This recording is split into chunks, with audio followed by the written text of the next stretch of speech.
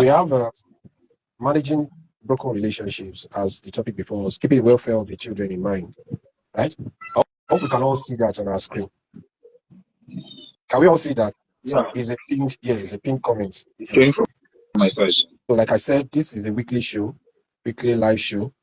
And so for those that have joined us, we encourage you to share the live and invite your friends every Friday, 8 p.m. to maybe 10 p.m. But today we started late because today is our first time on this call. So as we progress, we get better in our acts. So bear with us today if there are slight technical issues. So let's get started without further ado. Dr. T. Okay, hi everyone. I don't know who and who is there. You can be sure that we have 3 co-hosts here who are highly knowledgeable and can give you good inspiration in various aspects of life.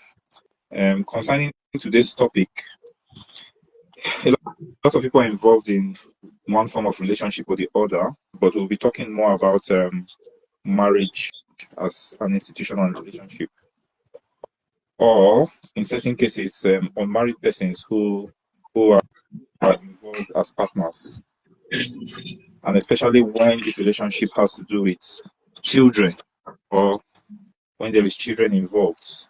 Unfortunately, we have a very high rate of divorce worldwide. It's almost like a pandemic, and it's creeping up into almost every society. But society is not exempt. In short, the divorce rate among the Black population is quite very high. I won't be able to give exact figures at the moment. We understand that we do not promote divorce, so that would be a topic for another day. But where relationships break down, children are usually the ones that suffer most.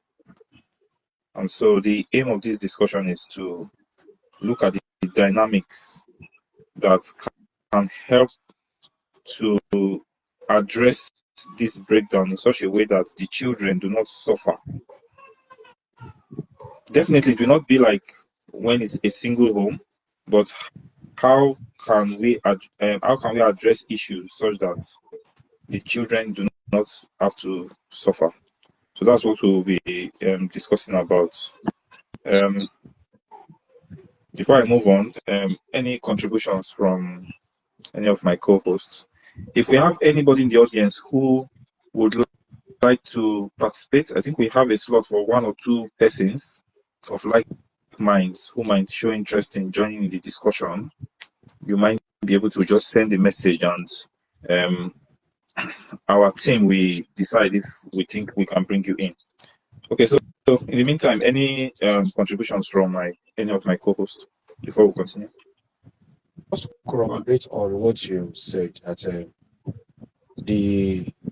this discussion is not aimed at promoting divorce, but we know these things happen, and so that's why conversations around it we have to engage ourselves in conversations around it, because the children are the major party in such relationship that suffers. So if we are bringing children into the world, we are expected to see to their welfare. So discussions like this cannot be overemphasized. So I just enjoy every one of us to, those are watching us to also, it's not like we are coming to teach, we are coming to share our pool of knowledge. Those of us that already have experiences, we can share from experiences of others. So if you have 1 or 2 things to say, just drop in the comments and then be added to the live. Your introduction, talking about separation, like when 2 people are supposed to be together, but they are no longer together, our interest is on the children. So it's assumed that we're going to be dealing with people who had children, maybe in their relationship, whether they got married or they were just common law partners. We have something we call common law partners, people who they're not really married, but they live together and they end up having children together. and so they might end up separating. Now, how does that affect the children? That's what we're trying to talk about, I believe. And when we're talking about the effect it has on the children, we have to focus on the children, not what led to the divorce or the separation or whatever. And then we also want to see that sometimes it is completely unavoidable. And so people are already in this situation we are discussing right now. So it's not like we're not trying to blame anyone for what they have chosen to do or what they are doing, but we're trying to see, okay, if this situation is what we have right now, there are children, and then there are those who were in marriage or who were in a relationship or are now separated. How can we manage the situation, especially in reference to the children in the relationship? I believe that's what we're discussing, right? Yeah. That's it. We'll keep feedbacking each other and then trying to make sure we are making sense. So let's start with common things that is found in such kind of broken relationships that is very unhealthy. So we start with the common practice of one party trying to make a devil of the other party, usually with the aim of winning the support and party of the children. Unfortunately, many children grow to hate the other person, mostly because of what they've been told. And then we have a situation whereby they grow up, some very fortunate partners, the children get to have personal relationships with them and get to find out that, oh, my dad is not really as bad as I thought I was told he was. Or, oh, my mother is a good woman. So that comes down to the fact that two good people sometimes have a bad have a bad outcome in marriage, and so it's not a must that we have to try to prove that we're the good person and the other person was the evil person, especially when this will affect the child, the growing child. So let's talk a bit about this. I don't want us to shove it aside because it's a major issue. When two people have finally found that they can no longer be together, some of them have even remarried. How can they be able to move forward with the children in the center of their activities or thoughts? Any suggestions? Well, in my own opinion, I feel number one, first of all, the custody of the children, depending on the number of kids they both have, has to be decided legally. Who is supposed to keep custody of the children? Now, if they've come to terms about who is keeping the custody of the children, by and large, all of these things has to do with the sincerity and of the two parties involved. If they are both sincere and they or should I say, if they really love their children, the two parties have to now they already agree that they can no longer be together. Now, but there is need for communication by the two of them. The communication is not now the for the union, for the sake of the union, now, but for the sake of the children. Now, they need to come together to have discussion, have tangible communication as how the life of the children will get better.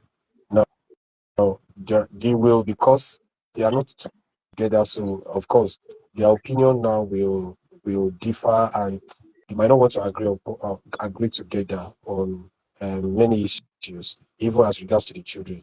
But it will be healthy for the children and for them to know that whatever argument they're going to make, whatever conflict that will arise as a result of this communication, they need to have. There must be communication between these two parties. Whatever conflict that may arise should not be in the presence of the children. So it means that they must fashion out a way they communicate that will not, and such communication will not be in the presence of the children, and will not affect the children. Now, such communication will will be to bring they will have to start thinking how they see to the welfare of the children, how the financial implications that comes to raising of children, how they will both meet these financial obligations and all of that. Okay, I don't know, Innocent, if you would like to contribute. Yeah, exactly. There are a lot of things people who are in a broken relationship could do. Because, in my opinion, first of all, the reason why um, there was breakage is because they could not cope with each other. While spiritually, like in the Bible, it is not encouraging for us to have a divorce, but sometimes it is unavoidable. And sometimes it might be that the person even have done what the Bible said uh, is the only ground for a divorce. If that happens and they end up in a divorce, what are they to do with the children? Because they are it's no longer the man and the woman who are now involved. There are children, there are other intelligent creatures in the system. So what are they to do with these children? But I would want to establish one fact that while it is not encouraging for two people to divorce, and it has been encouraged that okay, you try and make things work, even when you go to court, for instance, to get a divorce, the judge will still encourage you to. Have you tried any resolutions? Like, it's impossible for you to have a divorce if you're just separated for like 1 month or 2 months. They'll tell you go. Even if you go to the court and say, I want to do a divorce, when did you separate? Just last month. They'll tell you no, go back, stay for the next 6 to 9 months. And if you can't resolve your issues before you come back, that's because they expect you to resolve your issues. Now, but for me, I feel like if you have a toxic environment for children, it is worse than having two parents or two persons who are supposed to be together not being together, because you're bringing new life into the system and giving them that toxicity doesn't make sense at all. So if two people cannot get along and you have children right there, it doesn't make sense for us to keep going, for those two persons to keep going with the children. It's safer for the children. But now, if we are saying, okay, safer for the children, and the two persons are away from each other, and now the children are at the middle, how do we treat each other? How do we treat the children in order for us not to still end up having a toxic environment? So just like Tommy mentioned, some people use the children as a bait. You're co-parenting now, right? You're co-parenting. In this process of co-parenting, you're using the children to wicked the other person. It's very bad. It's very bad. It means you actually do not. The person, most times, the people doing that are the people who did not want peace in the relationship in the first place, and they still end up doing that. Yes. That's what happened. They were the people. It was that same person. It is the woman. It was that woman that didn't want peace in that relationship. She wouldn't know. Or the man. If it's the other way around, it's the same thing. So the man doesn't want peace in the relationship. Now he has the opportunity to talk to the children and he's telling, do you know your mother is a bad woman? Do you know what your mother has done? Do you know what your mother, And you end up building this hatred in the children, especially for the parents. Most times it happens with the parents who have more access to the children. So you end up building hatred on these children for the other parents. I was online and I saw a comment from one guy who is now abroad. He said he was married and he got a divorce from the wife. He was talking and he said something. He said, he has 4 children with the wife. He said he regretted staying up till the time he became 4 children, because he would have left when it was just 1 or 2. But he kept persisting. So for me, I feel like persisting in a relationship that is not working is often not the best. We have to look at it well and then say, okay, there's a reason or a ground for the divorce. And if that divorce has happened when we are co-parenting, you're taking care of the children, maybe one person is taking custody of the children, the other person should support by all means. And supporting means it's not just about money. You have to minimize conflict, because that's the first thing that separated the two persons in the first place. So minimize conflict. Now you are no longer with that person. Probably you have blamed the person for your progress in life. You have regretted the day you met the person. A lot of things have happened. You have said a lot of dubious or sarcastic things in the relationship. And now you are no longer together. Now you go your way, this one goes your way. But you have children to take care of together. In that process, the best thing to do is to avoid conflict. And one thing that such people can do to avoid conflict is to have clear arrangements. Clear arrangements. Okay, you can come and see the children. The children are not with the man. As most times it's like that. The children are often with the woman. But the man, you can come and see the children anytime you want. That's not an arrangement. It's not working. It's not going to work. It might cause issues. You can come and see the children anytime you want. No, there should be time. Okay, fine. Every last Friday of the month, you can come and see the children if you want. Or you can call anytime you want. No. Why would you call anytime you want when you do not know the woman's schedule? Right? Now you're calling and the woman is not responding and they're saying you're not responding. There will be conflicts. So it's simple. Anytime you want to call, please text first and I will let you know if I'm free so you can talk to the children. Simple. So there should be clear rules as to how they will communicate. And when you have that, you will have co-parenting going smoothly. And the children might not even understand what is happening. When they are with the father, they will enjoy life. And when they are with the mother, they will enjoy life.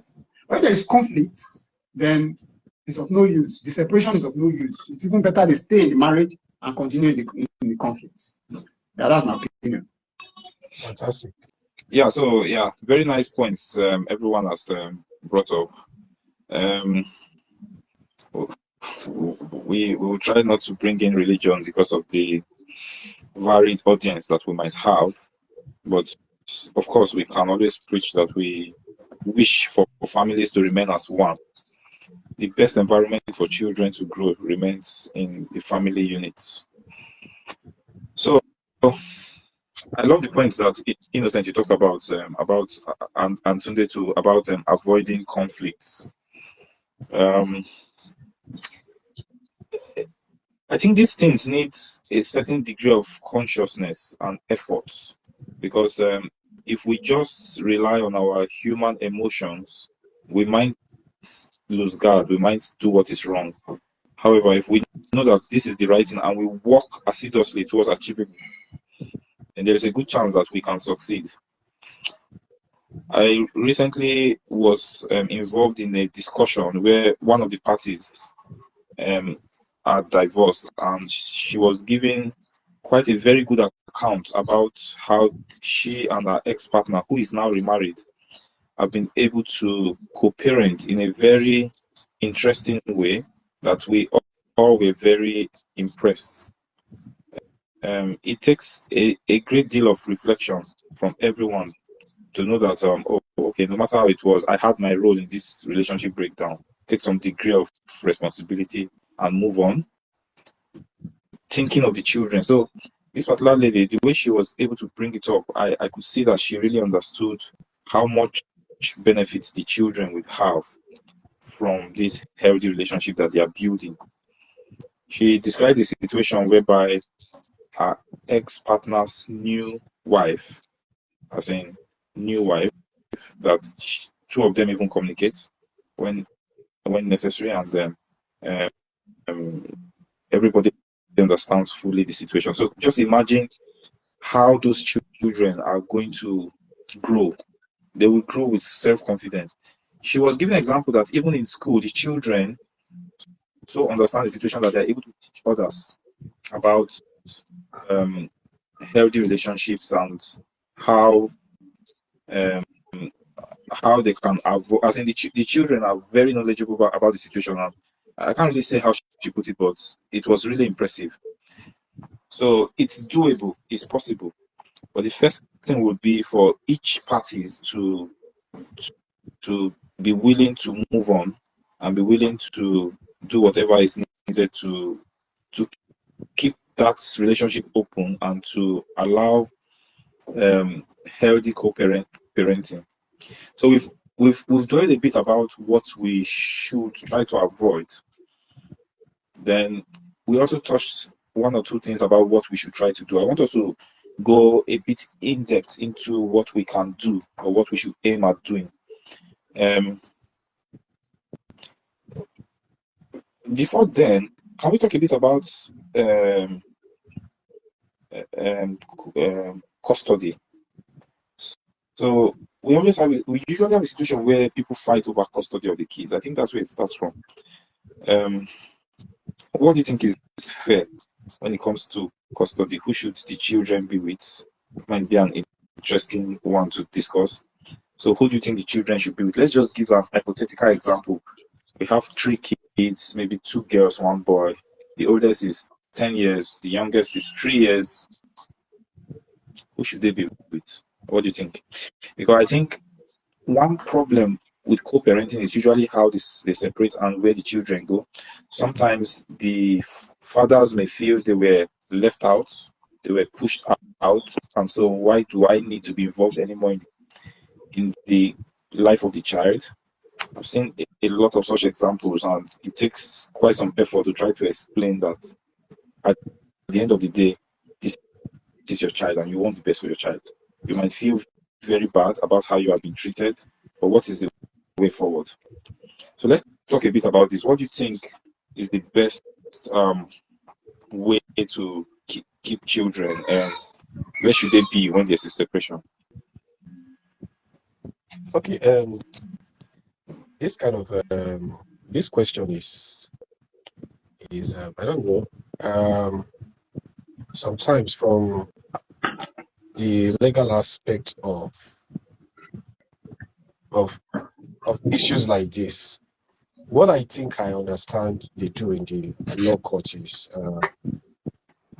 first of all, certain things will determine who keeps the custody of the children. Okay, so who has a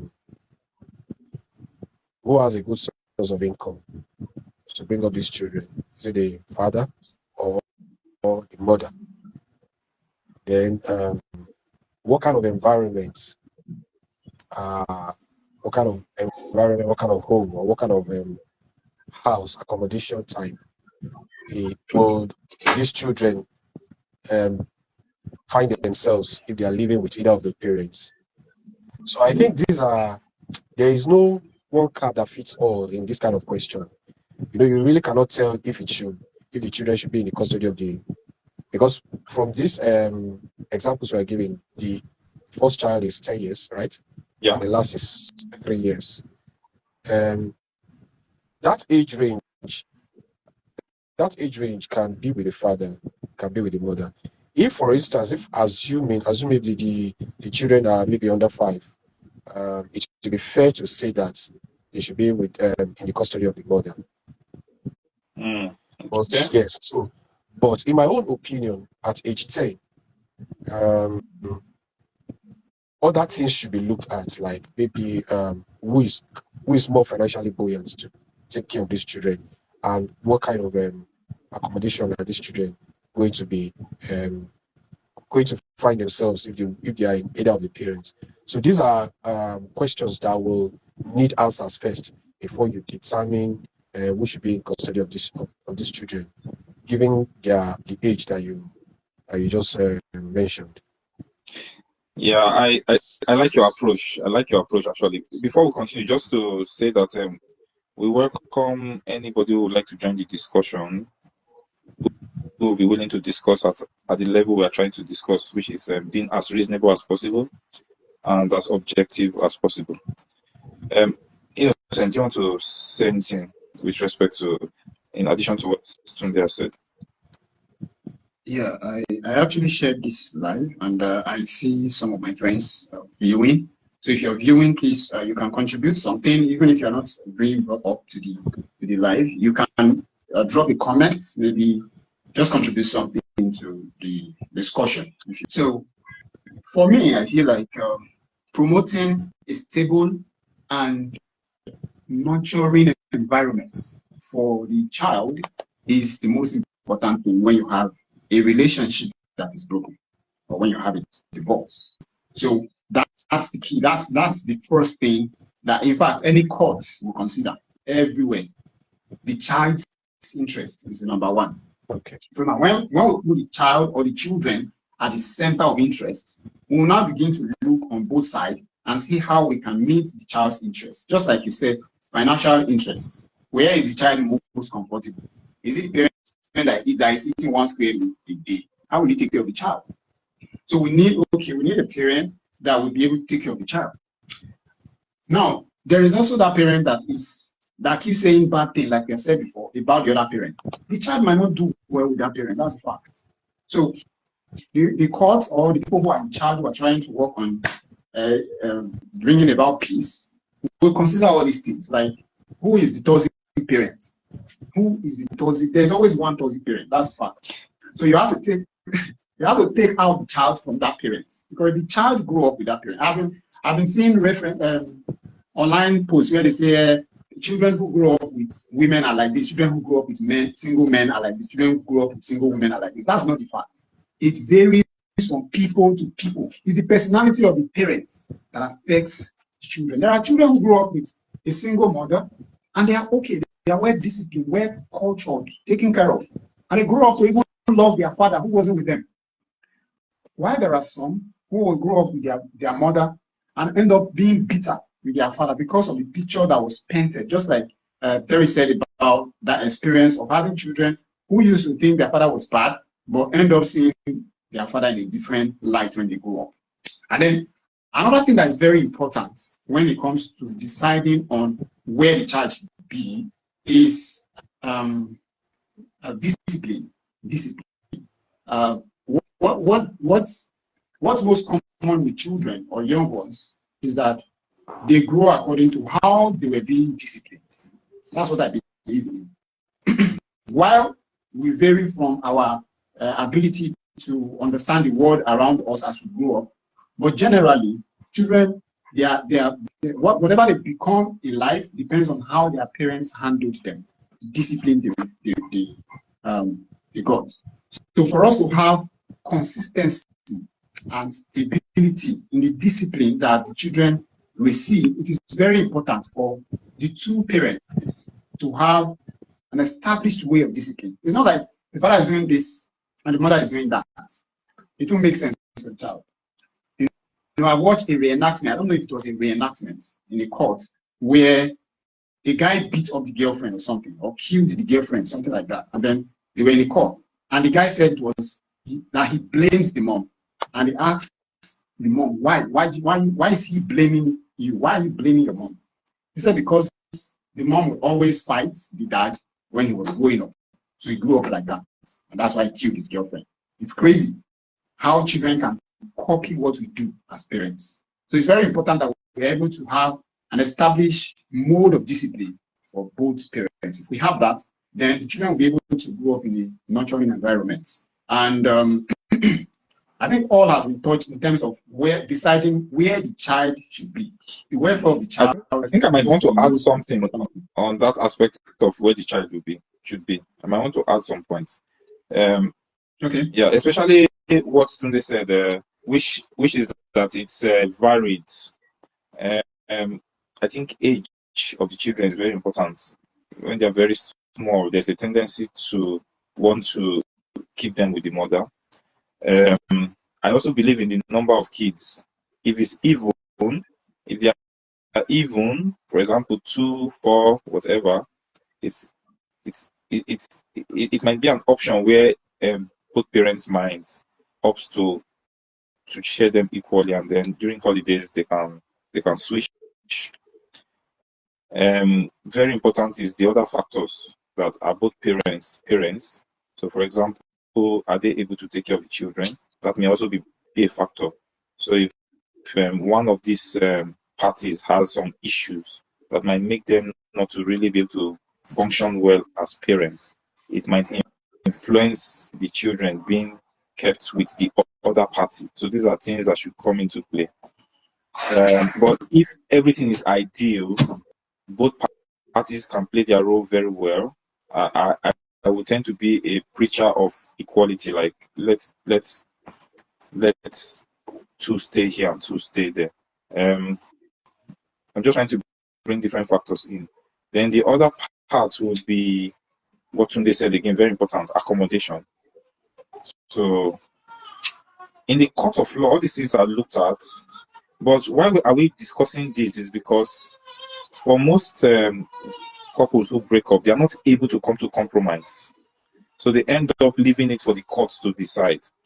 But the truth is, if each of them can agree, they will get a better outcome for the children than when they leave it for a third party to do. So that's why we're discussing this. So in the aspect of accommodation, which of the parties might be able to provide a better accommodation? If the kids are much and they want all the kids to be in one place, who will have a bigger accommodation to accommodate them? So all these are factors that are looked into. But I believe that if from the onset they can have a amicable solution of custody, that is the first step in achieving a peaceful co-parenting. Yeah. Basically, those are the things that. So for this particular case with painted, it all depends. There is no size fits all, like Tunde said. So it all depends on what they can come together and agree will be for the best benefit of the kids. Would it be a situation whereby one? Okay, I'm listening to you. I don't know. There's a comment, a very nice comment on the comment section. Okay. I don't know if you guys are seeing it. I'm seeing it from Irabo. Oh yeah. You're no longer audible. You're muted. Okay. Tunde, you're muted. I'm hearing. I'm muted. I would like to read her comment out, Okay. and I really like the comment. Go ahead. They say the best living arrangement will depend on the unique circumstances of the family, including the parents' ability to communicate and cooperate effectively, as well as the children's individual needs and personalities. Prioritizing the children's well-being throughout the process is essential. But that's more like a summary of what we have been saying. Yeah, I really appreciate that. Thank you so much. I try to bring her on. Okay. Yeah. Another point I want to bring up before it escaped me is the child's how do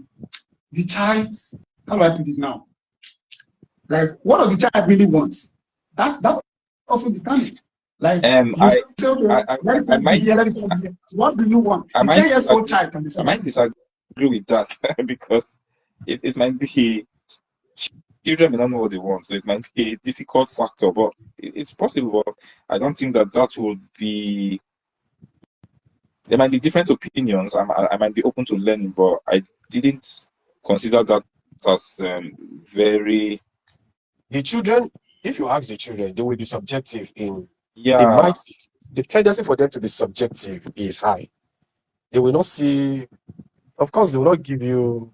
They will just flow with their own emotions, and it is not about emotions now. It's about their well-being. Don't forget, we're talking about their well-being. So, depending on their choice for who they stay with might not be the best thing for them. Yeah, I agree. I don't think the children's choice should come in. Well, I feel like teenagers, but that will not be healthy. You know why? It depends on the children's age, actually. Okay.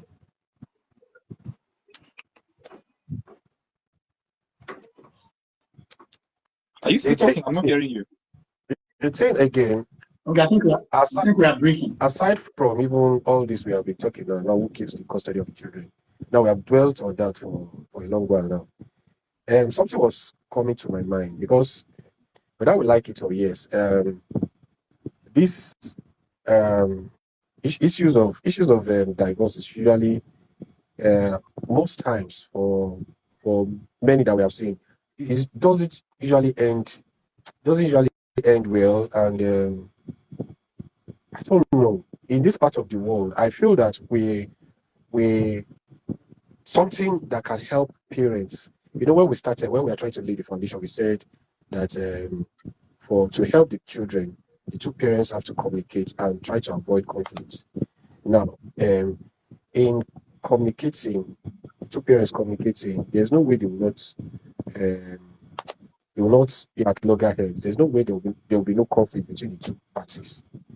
So I should submit or should think that the best bet would be, if it all depends on where it is happening, for them to see therapists, you know, or somebody to counsel them as to how they handle parenting or co-parenting, sorry, now with the choices they've made. If they've decided they need to go their separate ways, I think both parents will need an external party to be able to guide them adequately as to how they go about um, co-parenting these kids, and what they need to understand in this new phase that they are facing now.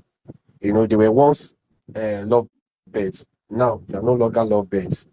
So of course they are whatever they are saying, there will always be issues. So a third party needs to be in the picture that will help them that will prepare their mind and look. It's not like before. If you as a man, for instance, talks to this woman and she obeys you, she listens to you. She was doing that because she was in love with you. There was peace, you know. But now that pardon me, I'm from the Yorubas, the western part of Nigeria, we say that tí ìjàlódé tí orin fi ń dòwe, that when there's conflict, every statement that someone makes, that a friend makes, it sounds as if you are insulting the person. Do you get? So if the woman, for instance, in the union was very submissive, it's because there was peace. It's because there was love in that relationship. So a third party, I feel, is necessary to be in the picture for any divorce or co-parenting, for any co-parenting that want to be successful. That's another angle I just want us to see, and also probably discuss if you have anything to add to that. So I think it's clear. I don't think there's any area of confusion there. If you are not able to come to compromise on the best way to manage the situation, then if you can seek, or if you have access to external help in the form of counselors and all, then that will suffice if it's what is available. But as much as possible, I think with a lot of education and people being aware of the impact of not doing it right, then people might put in more efforts and self-sacrifice to be able to achieve it. That's Okay. what we're discussing. So far so good. We have spent how many minutes? This is like 10 o'clock. Uh, Mm. our discussion was supposed to be for 2 hours, from 8 to 10. We started like around 9. So this is the first day. For those that are joined us and those that are those that will rewatch this broadcast, we plan to be having this kind of inspirational discussions. We bring in different discussions, ranging from family issues, relationship, health, um, technology, social media, finance, administration, you name it, anything that is relatable to the success of our well-being as human. And we'll always discuss that every Friday by 8 p.m. So 8 p.m. yeah, which time? We have 8 people p.m. from different parts of the Okay, world. 8 p.m. Nigeria time. That's GMT plus one. Yeah, we're actually talking. Good. So we So are, I wanted to say something yeah. about the As discussion we're having. yes, as we round up, so I'll just allow I each don't know people if I'm to. audible. So everything is losing. Can you hear me? I can hear you, but your network is cracking.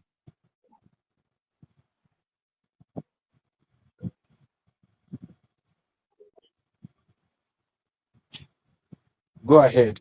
We are uh, in conclusion. Let each moderator say something, um, so that we round up tonight's session. So you have the floor. Innocent.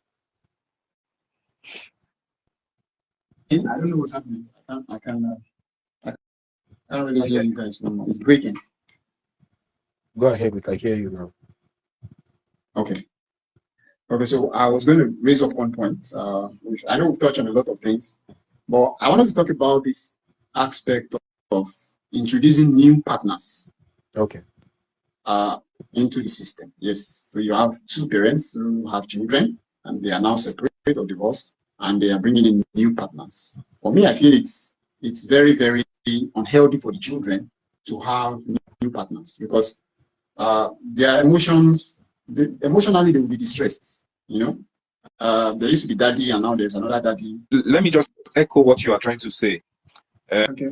which is bringing in new part. Am I really echoing it, or I'm trying to comment on it?